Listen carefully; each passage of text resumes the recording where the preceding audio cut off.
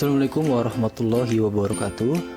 Perkenalkan, kami dari kelompok 10 yang beranggotakan Reuni Rutko Finanza, Tiur Maida, M. Iqbal Ramadan, dan Habib Maghazali, serta saya sendiri Muhammad Labib Rosanjani.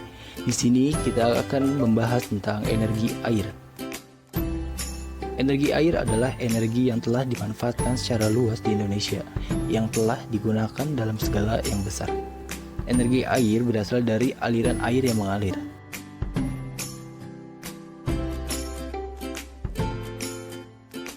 Di alam sekitar kita mengetahui bahwa air memiliki siklus, yang dimana air menguap, kemudian terkondensasi menjadi awan, lalu air akan jatuh sebagai hujan setelah ia memiliki massa yang cukup.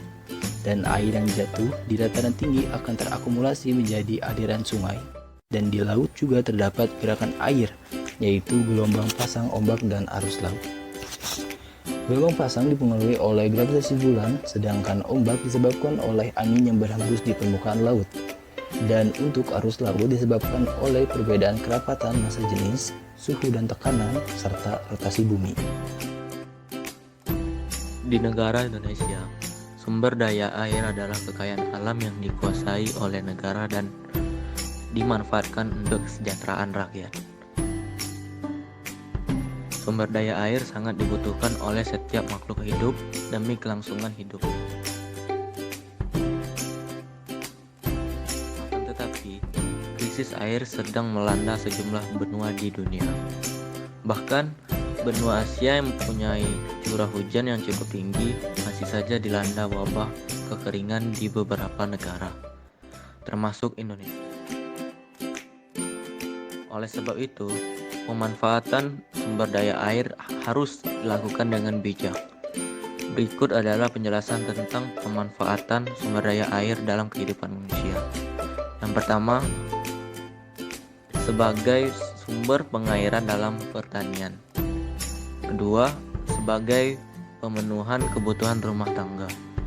Tiga, sebagai sumber tenaga listrik. Dampak positif penggunaan energi air. Yang pertama, bersifat terbarukan atau akan selalu ada. Yang kedua, tidak menimbulkan emisi. Yang ketiga, dapat dikonversi menjadi energi listrik. Dampak negatif penggunaan energi air. Yang pertama, diperlukan biaya yang besar untuk dikonversi menjadi energi listrik. Yang kedua, ketersediaan air tiap daerah berbeda-beda, sehingga manfaat yang didapat juga berbeda. Energi air yang dimanfaatkan di Indonesia pada umumnya dalam skala yang besar adalah PLTA. Ada beberapa kontroversi untuk menggolongkan PLTA sebagai sumber energi terbarukan, dikarenakan dampak negatifnya terhadap kondisi lingkungan. Bendungan besar yang digunakan dapat memperlambat debit aliran sungai secara signifikan sehingga mempengaruhi ekosistem sungai. Suplai air untuk keperluan lainnya pun juga terkena dampak. Berbeda dengan pemanfaatan energi mikrohidro, sehubungan dengan skala yang tidak terlalu besar, dampak terhadap lingkungan pun tidak terlalu besar. Pemanfaatan energi air pada PLTA adalah pemanfaatan energi potensial gravitasi. Energi mekanik aliran air yang merupakan transformasi dari energi potensial gravitasi dimanfaatkan untuk menggerakkan turbin atau kincir.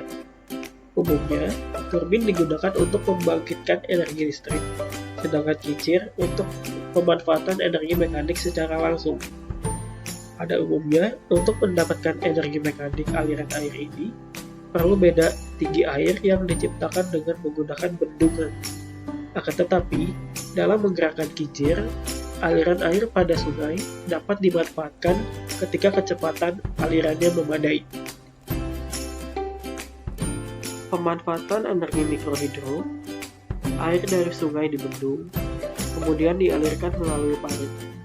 Sebagian air dialirkan ke dalam bak penampungan, dan sebagian lagi dialirkan untuk keperluan irigasi. Air dalam bak penampungan kemudian disaring dan dialirkan ke dalam bak penenang. Bak penenang berfungsi untuk menenangkan air agar tidak terjadi kumparan yang dapat menyebabkan turbin bekerja tidak efisien. Air dalam bak penenang kemudian dialirkan melalui pipa-pipa besar yang disebut penstock yang menuju powerhouse. Di dalam powerhouse terdapat turbin dan generator.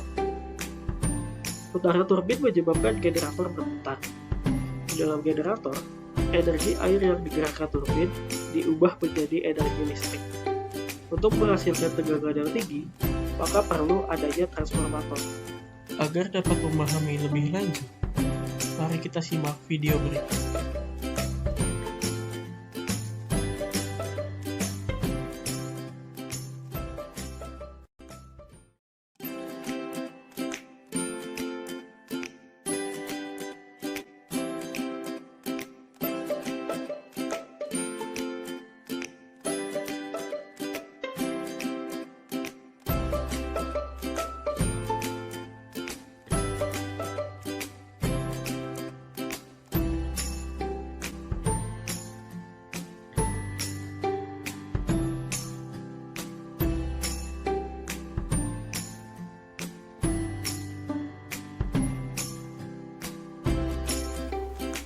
Indonesia memiliki potensi energi hidro sebesar 75.000 MW.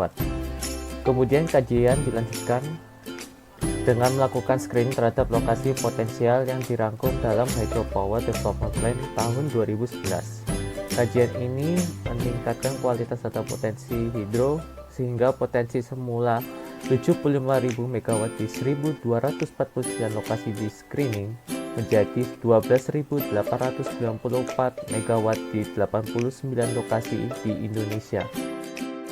Peta potensi hidropower terkini di Sumatera, Jawa, Kalimantan, Sulawesi, Maluku, Bali, NTB, NTT, dan Papua. Banyaknya sungai dan danau air tawar yang ada di Indonesia merupakan modal awal untuk pengembangan energi air ini. Namun, eksploitasi terhadap sumber energi yang satu ini juga harus memperhatikan ekosistem lingkungan yang sudah ada. Sekian presentasi dari kelompok kami. Kami berharap video pembelajaran ini dapat menambah wawasan kalian semua. Terima kasih dan sampai jumpa di video berikutnya. Dadah!